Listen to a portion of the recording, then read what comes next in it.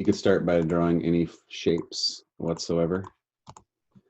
One or more objects could be brought together. So select whatever object it is you want to try to make a pattern out of, and then choose Object, Pattern, Make. Up comes this great indication, a reminder of what's happening here.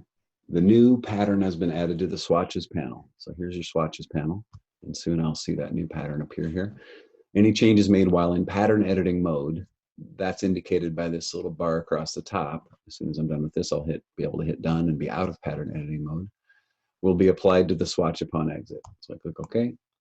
Here, I'll go ahead and just exit pattern editing mode. And at that point, I could go ahead and just delete that because it's been recorded right here. Double click on this little item, and up comes pattern editing mode again, in which you have control over, first of all, this particular central item. You can't see which one's the particular central one the way I have it set because I haven't dimmed them. If you dim them out, then you can see it more, but I prefer to work with it at 100% so I can see the pattern in its full glory. So here's the first thing you might try is changing the spacing between those elements. Notice I'm filling that space up so it has a chance to potentially take on new qualities that you hadn't expected if you start experimenting with the proximity and the density of things beyond what the initial kind of layout was. But back to a more orthodox kind of look. Notice you have a rectangular grid, a horizontally offset brick rows, vertically offset rows. It's probably my favorite here. So I'll click done. And now let's say I want to use that pattern. I would make some kind of shape. Maybe that would be a rectangle. And already that was chosen as my fill color. So of course that's fill color. It could be anything, including that pattern. At this point, I see it's way too large to use as a kind of maybe for an end paper or something that I had in mind. So just stretch it out as far as I need it for bleed, for instance. So I'm going to shrink that pattern down. Before I do that, notice you can hold tilde at any point, and that lets you drag that pattern within the shape. Tilde is that little wavy shape right below your escape key, I think. So that's allowing me to reposition the pattern inside the same shape. Of course, I can move that shape if I let go of it, but tilde does the moving of the pattern inside it.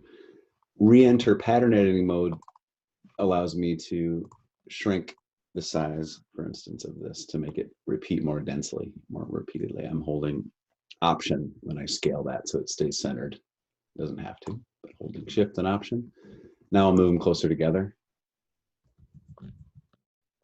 And of course, because that's such a thin line, it's appearing to disappear a bit. Notice that the preview gives you a 5x5, 7x7, but that's actually just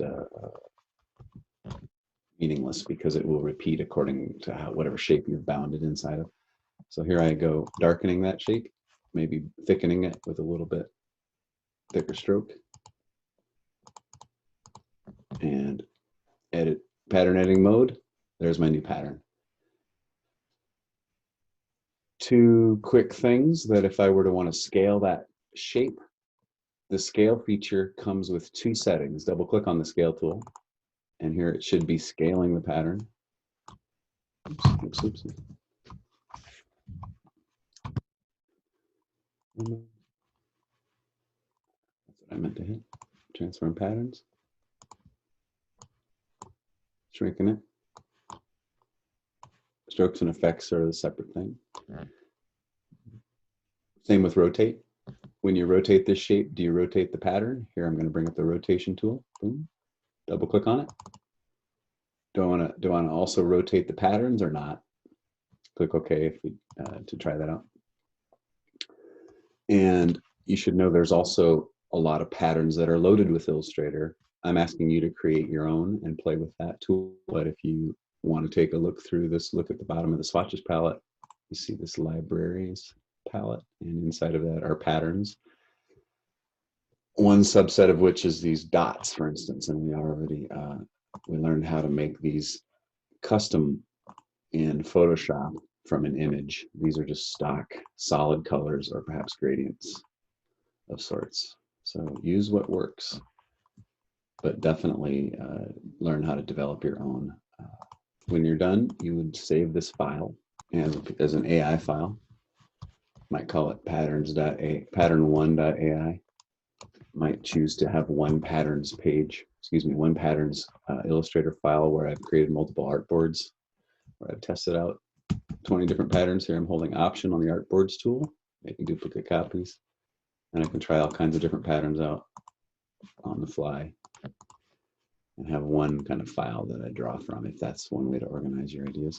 Either way, place these into your InDesign file. These are vector graphics, so the file size is going to be much, much smaller, but notice they don't have, at this point that I can tell, a randomizing feature. So you'll want to use what I show you and demonstrate again in the next video to try to create a more randomized texture using the sprayer set. And also using processing allows you to use randomness. In this case, it's much more orderly.